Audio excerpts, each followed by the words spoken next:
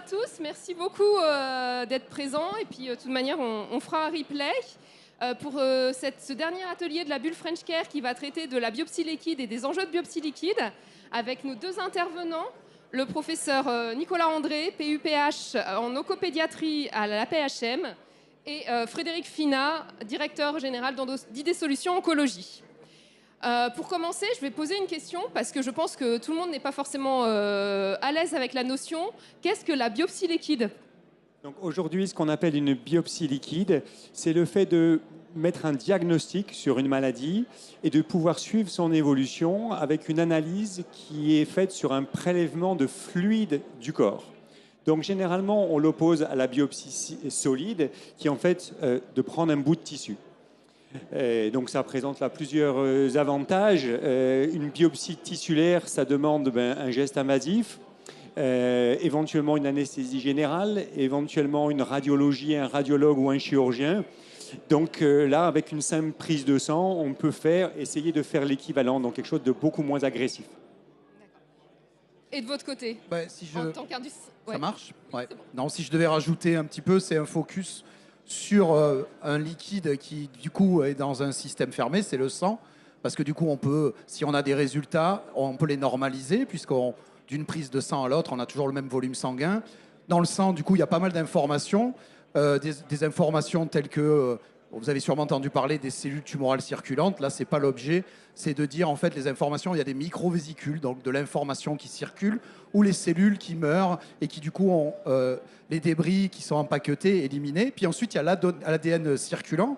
Donc, on a tous un taux basal d'ADN circulant, physiologique. Quand on court, on a l'ADN circulant qui est libéré. Et ensuite, au bout de 20 minutes, on se retrouve avec un taux normal qui revient. Et ensuite, on parle aussi de biopsie liquide parce que, du coup, on a la preuve, en allant chercher des mutations qui sont spécifiques à un organe par la pathologie tumorale, de bien détecter l'ADN qui proviendrait d'un poumon en recherchant des mutations qu'on aurait dans la biopsie tissulaire.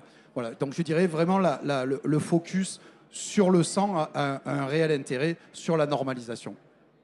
Merci. Et du coup, aujourd'hui, quels sont les cas d'usage de la biopsie liquide ? On parle d'oncologie, notamment ID Solutions Oncologie, mais du coup, est-ce qu'il y a d'autres cas d'usage et d'où vient ce concept ?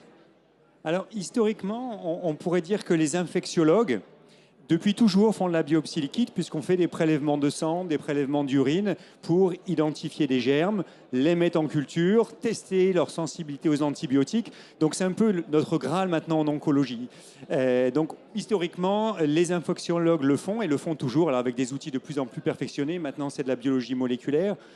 Après, dans ce qui est utilisé au quotidien, l'indication principale, c'est tout ce qui est diagnostic prénatal, donc essayer d'identifier des maladies qui seraient présentes chez le fœtus, avec différentes technologies plus ou moins agressives malgré tout, parce qu'on est devant une entité qui est très très fragile. Et puis le champ qui est en train d'émerger à toute vitesse et de façon très très importante, c'est la cancérologie. Donc je ne sais pas si on détaille les potentiels. Je vais peut-être donner un petit exemple. Alors, il faut savoir que, du coup, après, on va parler des enjeux et des freins. Mais là, du coup, en fait, en 2008, l'Agence européenne du médicament a donné une autorisation pour aller rechercher, dans le cadre d'un cancer du poumon, des mutations pour pouvoir donner un traitement spécifique si on a les mutations qui correspondent au traitement. Il faut savoir que c'est en 2008 qu'il n'y a toujours pas de remboursement en France. Bon, voilà, je mets ça sur le tapis. Et puis, en fait, en réalité, on se retrouve à avoir un frein réel par rapport à ça, et c'est la seule indication, et c'est surtout sur une prescription bien précise, c'est cancer bronchique, non à petites cellules, métastatique chez les patients qu'on ne pourrait pas prélever parce qu'ils ne sont pas dans un bon état. En fait, en réalité, c'est très très limité, et donc l'utilisation, elle se fait surtout par des experts médicaux, en particulier évidemment Nicolas, et en fait qui demandent quand même un petit peu à être futés, à rentrer grâce à des essais cliniques, à introduire des études à partir de biopsie liquide. Mais en réalité, dans le soin courant, depuis 2008, on est sur une photo et on est un petit peu bloqué. Ouais. Donc, ouais, en pratique, il y a deux grandes situations pour lesquelles on utilise les biopsies liquides, parce que même si ce n'est pas validé, entre guillemets, on l'utilise parce que c'est un outil qui est quand même bien pratique. La première chose, c'est d'avoir une analyse, entre guillemets, qualitative des choses. Donc ça, c'est plutôt au diagnostic. On essaie d'avoir une tumeur et des mutations qui peuvent nous guider sur le traitement, mais c'est encore plus de valeur à la rechute, où on a moins de traitements qui sont validés. Donc ça, c'est la première indication qui est déjà quand même fait en routine largement chez les adultes et en pédiatrie. Le deuxième enjeu, c'est de pouvoir suivre la maladie. Et ça, on n'a pas besoin d'avoir un test aussi perfectionné, aussi qualitatif, on a besoin de la quantité. Et le Graal, entre guillemets, c'est de trouver un marqueur qui serait valable pour un grand nombre de tumeurs et qui permettrait de suivre la maladie au départ, de voir sa réponse au traitement. Et surtout, c'est de suivre la maladie qu'on appelle microscopique, résiduelle, et éventuellement de dépister une rechute à un état très précoce, ou alors même à la place d'une IRM ou d'un scanner. Donc ça pourrait se substituer à toute une kyrielle d'examens qui sont un petit peu plus lourds, un peu contraignants et coûteux. Ouais, parce que juste pour ajouter, les preuves de la valeur pronostique et prédictive de la quantité d'ADN circulant, elle a été faite dans un nombre de publis assez impressionnante. Et en fait, c'est évident que quand il y a beaucoup d'ADN circulant, c'est vraiment pas de bons pronostics. Et ça passe au-delà de toute l'information qu'on va avoir, par exemple, 6 mois après sur de l'imagerie. On le sait au bout d'un mois, en fait. Donc, du coup, il y a un vrai challenge quand même à pouvoir essayer de prévenir finalement, et la prévention tertiaire, si je ne m'abuse, ce genre de rechute avant que l'imagerie et que la masse tumorale augmente. Du coup, on voit tout de suite que l'intérêt de la biopsie liquide, avec ce que vous dites en termes d'intérêt dans le parcours de soins du patient, etc. Mais du coup, aujourd'hui, qu'est-ce qui freine le déploiement de la biopsie liquide dans la pratique médicale? Alors, il y en a un premier, je laisserai Fred répondre, là, c'est le versant technologique technique, c'est-à-dire qu'on n'a pas encore les outils parfaitement validés. Donc ça, je laisserai répondre. Après, pour nous, sur le versant clinique, la grande difficulté, c'est de générer un niveau de preuve suffisant. C'est-à-dire qu'il faut qu'on démontre que ça fait aussi bien que le PET scan, aussi bien que le scanner, l'IRM, et pour chaque type de tumeur. Et pour chaque type éventuellement de maladie métastatique ou non métastatique. Donc ça demande une logistique assez importante. Ça veut dire mettre des essais en place. Et mettre un essai en place, ça veut dire mettre les médecins scientifiques d'accord, s'accorder sur un design, trouver les financements, trouver les boîtes qui le font. Et après, si on veut du suivi, c'est 5 ans. Donc c'est 1 an de traitement, 5 ans de suivi avant de pouvoir dire « Ah, notre test, il marche ». Et il faut qu'entre-temps, la technique ne soit pas trop modifiée pour qu'on dise ah ben, notre test que vous faisiez à l'époque, finalement, maintenant, on a mieux. Et donc ça, multiplié par le nombre de tumeurs, c'est ça le challenge principal. De tumeurs et de stades. Donc au niveau technologique, je pense que maintenant, en fait, on a les outils. Les outils qui sont déployés dans les laboratoires de biologie médicale, ils ne sont pas forcément et pas adaptés en fait, à faire du monitoring, parce que finalement, le monitoring à partir d'un tube de sang, c'est quoi? C'est de pouvoir répéter les analyses, d'avoir une technologie qui est très sensible, qui la moindre copie mutée, il faut qu'on la détecte. Et il faut quand même l'adapter à l'individu. Donc on parle médecine personnalisée. Et les outils qui sont déployés, je parle en particulier du séquençage à haut débit, qui coûte assez cher, en fait, elles ont toujours été déployées dans le but de donner des traitements et pas de suivre des traceurs individuels. Donc l'idée, c'est d'arriver à faire une bascule sur des technologies, elles existent, hein, en particulier la digital PCR, nous c'est ce qu'on fait chez IDS Oncolo. Et du coup, c'est d'arriver à avoir des outils qui seront adaptés à des mutations qui seront mises en évidence par le séquençage. Donc en gros, c'est intégrer sur l'offre existante des technologies beaucoup moins chères, beaucoup plus sensibles et qui permettent d'avoir une certaine réactivité d'adaptation pour que chaque individu ait ses propres traceurs qui seront suivis. Il faut savoir qu'aux États-Unis, il y a une société qui s'appelle Natera qui a poussé ce genre d'application. L'idée, c'est que là, du coup, on a eu la chance d'être avoir des subventions par la BPI sur un projet qui s'appelle Perseo, où justement on vient intégrer dans l'offre de soins un suivi individualisé, non pas personnalisé, puisque la médecine personnalisée, c'est par rapport aux médicaments. Du coup, là, c'est pour ça qu'on parle d'individualiser des traceurs. Et du coup, on parle de suivi de maladies résiduelles. Est-ce qu'il y a d'autres cas d'usage aujourd'hui de la biopsie liquide? Notamment, je parle de tout ce qui va être diagnostic un peu plus early, etc. Est-ce que c'est quelque chose aujourd'hui que l'on voit dans la pratique médicale? Donc, oui, en pratique, un des grands champs actuels, et plus que la maladie résiduelle, même si le potentiel est énorme, c'est de faire du profiling en n'étant pas trop agressif au moment de la rechute. Un patient rechute, souvent le pronostic est beaucoup moins bon, donc la balance entre ce qu'on veut faire de geste ou de traitement et son agressivité par rapport aux bénéfices qu'on en attend penche de plus en plus vers être moins agressif. Donc c'est sûr que de faire une prise de sang, si c'est une tumeur de localisation X ou éventuellement une ponction lombaire à la place d'aller faire une biopsie dans le cerveau, ça prend toute sa valeur. Donc ça, on le fait déjà. avec plus ou moins de succès. Le rendement final en termes de trouver un traitement et trouver un traitement qui a une efficacité, il est relativement petit, mais cette technologie, on l'utilise, il y a des tests commerciaux qui le font, certaines institutions académiques le proposent aussi, donc ça existe déjà. On est vraiment dans la médecine personnalisée, c'est un vrai outil de médecine personnalisée en oncologie. Voilà, maintenant là, ce qui manque, c'est les médicaments qui vont avec. Ça, c'est un autre sujet.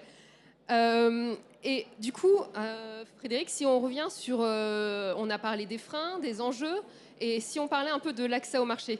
Ah, l'accès marché. C'est une réelle difficulté, en fait, en réalité. Je vous ai parlé, il n'y a pas de remboursement pour quelque chose qui a été validé par les autorités européennes en 2008. Donc, du coup, comment monter des études sur un modèle actuel qui est quand même assez lent, sur des bras, genre en phase 3. En fait, on copie ce qu'on fait sur le médicament pour du diagnostic in vitro. La problématique, c'est que en réalité, le médicament coûte de l'argent alors que le test de diagnostic peut faire diminuer les coûts pour la société. Là, on a vraiment un très bon exemple.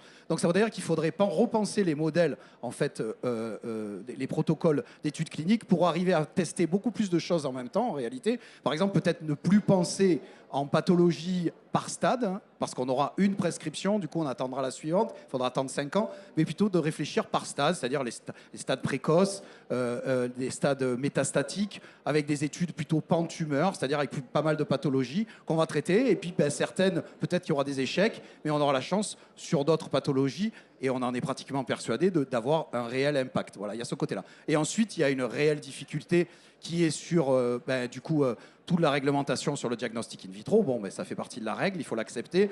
Mais en fait, ce que ça provoque, c'est que finalement, pour obtenir déjà un remboursement, du coup, il faut avoir un kit marqué CE-IVD. Et surtout, donc, il faut faire monter les études qui coûtent cher. Et en fait, en réalité, obtenir ensuite, à la fin, obtenir potentiellement un remboursement. Il faut savoir qu'il n'y a pas beaucoup de boîtes en France qui ont les épaules pour arriver en fait à tenir cette pression-là sur, en fait, en réalité, une volonté d'obtenir un remboursement sur un test qui va vraiment changer, révolutionner la prise en charge des malades. Et en réalité, les sociétés étrangères à la France, elles ne sont pas hyper motivées, vu les difficultés, à essayer d'obtenir un remboursement, puisque en fait, finalement, si chaque pathologie, chaque stade, c'est une prescription, alors ça veut dire que c'est que des niches, et il faut arriver à regrouper des niches pour qu'on ait une vraie valeur financière. Donc on a une vraie réflexion à porter sur l'accès marché, sur la biopsie liquide. Je pense qu'effectivement, c'est crucial de mettre tous les acteurs en adéquation, hein, et de savoir changer nos méthodologies. Donc ça ne veut pas dire forcément diminuer notre niveau d'exigence, mais avoir un niveau d'exigence pour l'évaluation qui sont compatibles avec la situation clinique qu'on a, parce qu'on ne peut pas inventer les malades, on ne peut pas inventer les situations à l'infini. Et c'est encore plus complexe si on se met à l'échelle européenne ou internationale, qui sont souvent le setting de ces essais. J'ai une question. Est-ce qu'il y a également des enjeux d'adoption au niveau médical et de diffusion au sein de l'hôpital de ces technologies? Parce qu'on parle de l'accès au marché, on parle du technique, mais qu'en est-il de l'usage? Alors c'est vrai que je pense qu'on ne le mesure encore pas très bien. C'est une vraie révolution qui se présente à nous, hein. Aujourd'hui, un diagnostic de cancérologie, c'est une anapathe, effectivement, de la biologie moléculaire, mais c'est toute une kyrielle d'examens radiologiques, hein, IRM, scanner, etc. Et c'est un suivi de la maladie par cette imagerie. Même si en fait souvent on se sert de l'imagerie juste pour voir que ça diminue, pas si ça perturbe le fonctionnement d'un organe. Et finalement, si j'ai un simple test sanguin, même s'il me faut une semaine pour avoir le résultat, mais qui me dit que ça diminue, et qu'éventuellement je peux facilement quantifier la cinétique de diminution, qui est quelque chose qui est intéressant aussi, ça peut se substituer dans la grande majeure partie des cas à des examens radiologiques. Et là aussi, en fonction des patients, en pédiatrie, quand on fait des examens sous anesthésie générale, en termes de coût, de lourdeur, voilà. Donc on se dirige quand même vers ça. Et c'est vrai que pour nous, du coup, c'est apprendre à ne plus avoir les mêmes examens, les mêmes repères, de voir la tumeur diminuer. Donc c'est vrai qu'il va y avoir une partie des médecins qui seront sans doute un peu réfractaires. Mais globalement, non, on sera content d'avoir ces outils qui seront beaucoup plus pratiques. Par contre, il y a un versant aussi, ça veut dire qu'on déplace des masses d'examens, c'est-à-dire qu'un radiologue qui va voir son service éventuellement avoir 30% d'activité en moins, je ne sais pas comment ça sera vécu. Je voudrais te poser une petite question, Nicolas, parce que je pense qu'on a la chance d'avoir un pédiatre, ce qui est plutôt rare en onco. Du coup, vraiment, la valeur ajoutée sur les enfants, tu peux en dire 2 mots, quelque chose qui est supérieur, je pense, aux adultes, quoi. Alors, on a plusieurs spécificités. Il y a celle qui est vraiment propre à l'enfant. Il y en a parmi nous qui sont parents. Donc, on sait que un enfant a un cancer, on n'a pas envie d'alourdir le poids de toutes les procédures de suivi de maladie, etc.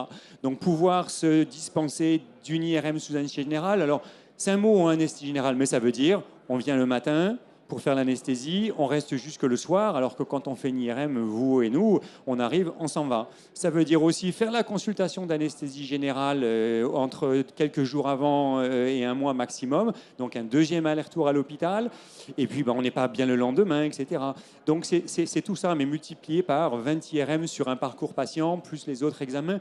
Donc l'enjeu, il est vraiment là. C'est aussi d'avoir des parcours de soins qui sont beaucoup moins lourds, avec moins de temps à l'hôpital. Et un jour de plus à l'école, éventuellement. Je rajouterais peut-être aussi au niveau du coup moléculaire, peut-être quelque chose d'intéressant, c'est que finalement, un patient qui va développer un cancer du côlon, en général, il lui faut 15 ans pour développer un cancer. Donc on a une grande diversité de cellules qui ont des profils génomiques complètement différents. Du coup, quand on traite, c'est compliqué. Chez les enfants, si on était capable de suivre, on a quand même des anomalies qui se développent très rapidement et donc qui sont assez uniques. Donc on aurait quand même des facilités à cibler, des facilités à suivre. Je pense qu'il y a une vraie valeur ajoutée sur les enfants. Et donc la deuxième spécificité, c'est que les cancers de l'enfant sont rares. C'est 2500 cas par an en France, tout type de cancer confondu, avec plus d'une centaine d'entités moléculaires différentes. Donc on sait très bien qu'avec une méthodologie actuelle, on n'arrivera pas à démontrer que tel test est valable pour telle maladie spécifiquement. Donc d'où l'intérêt de changer un peu notre compréhension et de mettre en phase les besoins cliniques, les besoins légaux, entre guillemets, les remboursements et puis les coûts de développement de ces outils. Je vais poser une question un peu naïve, mais une approche comme ce qui se fait maintenant sur la thérapie avec des essais cliniques basket trial, de pouvoir tester au final plusieurs cancers à partir d'un même biomarqueur, c'est quelque chose qui pourrait justement être appliqué à la biopsie liquide justement et comme approche. Alors après, je vais laisser aussi la Fred vers le versant technologique, mais c'est vrai que je vous ai dit qu'il y avait les outils quantitatifs et les outils qualitatifs, et on peut faire des outils un peu intermédiaires pour faire du suivi à façon. Et on peut éventuellement arriver à voir, quand on commence à avoir un peu d'ADN tumoral qui circule, voir si les clones qui émergent sont effectivement des clones résistants au traitement, pas résistants au traitement. Pourra-t-on retrouver le même traitement? Est-ce qu'on arrête pour lever une pression et laisser un peu l'écologie entre les clones se remettre en place? Donc là aussi, c'est toutes des façons de gérer nos médicaments qui va arriver avec ces nouveaux outils. Ouais, je dirais qu'en fait, on arrive vraiment à déclarer comme une maladie chronique. Ça serait quand même l'idée de dire, de réduire l'impact sur le fait qu'on est toujours en train de penser qu'on a un cancer quand on a un cancer, malheureusement. Et du coup, si on a certaines facilités à avoir les rechutes avant, du coup, on est quand même plus libre dans sa tête. Je pense que l'effet nocebo, il est quand même dans cette affaire de le diminuer. C'est important. Et après, si je reviens à ma fameuse prescription de 2008, c'est exactement ce qu'ils font sur les thérapies ciblées. Dans le cancer du poumon, on a petite cellule métastatique, vous avez bien compris, c'est le truc bien fléché, voilà. Très très bien. Ce qui du coup fait pas beaucoup de cas. Et en fait, le but c'est de rechercher des mutations qui apparaissent suite au traitement pour ensuite changer la ligne de traitement. En fait, c'est vraiment l'idée. Et petite question d'ouverture avant de terminer. On voit bien l'intérêt dans la prise en charge d'un patient qui est diagnostiqué avec un cancer. Est-ce que à terme, vraiment dans un futur, vous pensez que la biopsie liquide pourrait être un magnifique outil de prévention? Question surprise. Non, pas du tout surpris. C'est tout le concept qu'on a. Alors, il y a un nouveau mot qu'on met là-dessus maintenant, c'est intercepter la trajectoire de la maladie.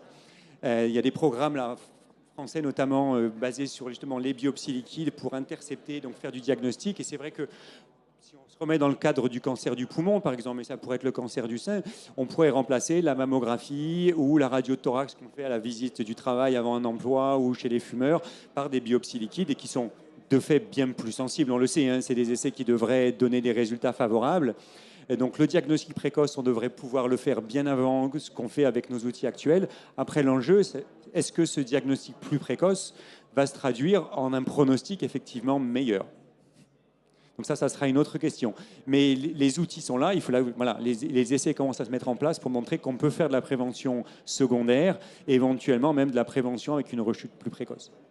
Donc on est plus sur la prévention tertiaire depuis tout à l'heure, mais du coup si on en vient donc à une valeur de dépistage, c'est ça la question. Ouais, de prévention primaire, Ouais, oui, ouais, ouais. le tout Du coup, début. en fait, c'est que c'est des études très compliquées à monter parce que, en plus, statistiquement, ben, il ne faut pas fabriquer des faux positifs parce que si on dit à quelqu'un vous avez un cancer et en fait il n'a pas, c'est un vrai problème. Donc statistiquement, le taux il doit être en dessous de 99,5%. Et pour monter des études de cette envergure, ben, ça nécessite beaucoup de gens, ça nécessite beaucoup d'argent. On y arrivera, mais je pense qu'il faut savoir raison garder et déjà se dire, ben, en fait, je peux suivre les patients, je peux diminuer l'impact sur la société en termes financiers. On peut faire déjà beaucoup de choses et enlever un petit peu cet effet nocebo et suivre et pour changer les lignes de traitement aussi. Très bien, merci. Un petit mot de la fin sur la biopsie liquide? Non, enfin, je ne suis pas encore très très vieux, mais malgré tout, je commence à avoir un peu d'expérience. Et enfin, sur l'échelle de 20 ans, c'est un rêve. C'est-à-dire c'est des choses qu'on fantasmait il y a 20 ans, qui sont là. Et on a tous des histoires plus ou moins anecdotiques, mais voilà, d'une biopsie liquide qu'on fait à la rechute, qui permet de trouver un gène activable par un médicament et une maladie qui se retrouve contrôlée pendant... Maintenant, l'histoire est en train de se faire. Pendant combien de temps, on verra. Mais on a tous des histoires comme ça. C'est pas la majorité des patients, attention. Hein. Mais voilà. Donc ça, sur le versant thérapeutique, c'est demain. Pas pour tout le monde. Par contre, pour le versant surveillance, c'est vraiment demain et pour une grande majorité des patients, je pense. Et en fait, bon, moi, du coup, j'ai monté une boîte pour faire ça. Alors, si j'y crois pas, c'est qu'il faut que je change, quoi. Mais en réalité, c'est surtout qu'il y a en dehors, la biopsie liquide, c'est en dehors même du cancer qu'il y a des intérêts, puisqu'on le voit complètement, par exemple, dans les rejets de greffe, puisqu'on est capable de détecter la spécificité génomique du donneur dans le sang du receveur et du coup de dire, bah, attention, le rejet de greffe, la greffe ne prend pas. Donc là, il y a une vraie valeur ajoutée aussi sur les greffes. Il y a une valeur ajoutée aussi sur les maladies auto-immunes, en particulier les lupus et tout, puisqu'on sait que l'ADN justement libre a une grosse influence dans ces maladies, sur les processus inflammatoires.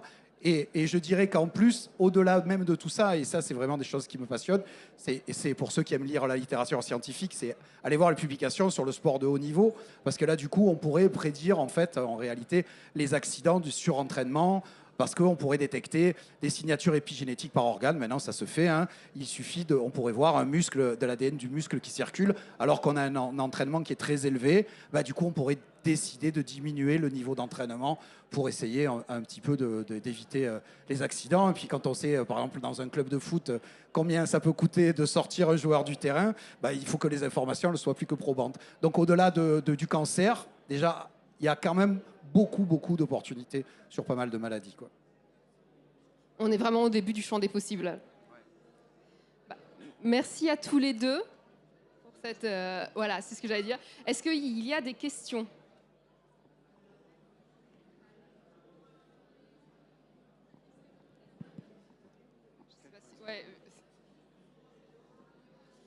Merci pour ces échanges, c'était très intéressant.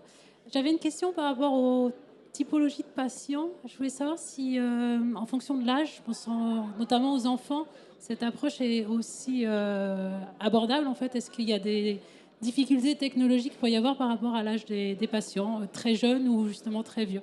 Merci. Alors, spécifique par rapport à l'âge, ça va être le volume de sang qu'on doit prélever. Donc certains tests demandent une quantité de sang qui fait qu'on ne peut pas le faire de façon hyper routinière, très fréquent. Mais bon, ça c'est relativement surmontable malgré tout. Oui, je vois, c'est vraiment le volume sanguin, hein, plus de sang et plus d'ADN à détecter. Donc. On sensibilise le test en prenant plus de sang. D'autres questions avant qu'on clôture? Ne soyez pas timide. Allez.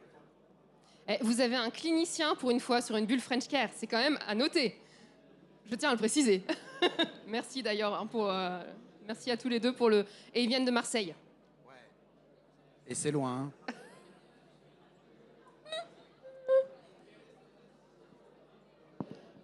Bah, écoutez, merci à tous. Merci. Et surtout, n'hésitez pas si vous avez des questions après. Et merci encore à vous deux d'être venus vraiment pour parler de ce sujet qui est passionnant.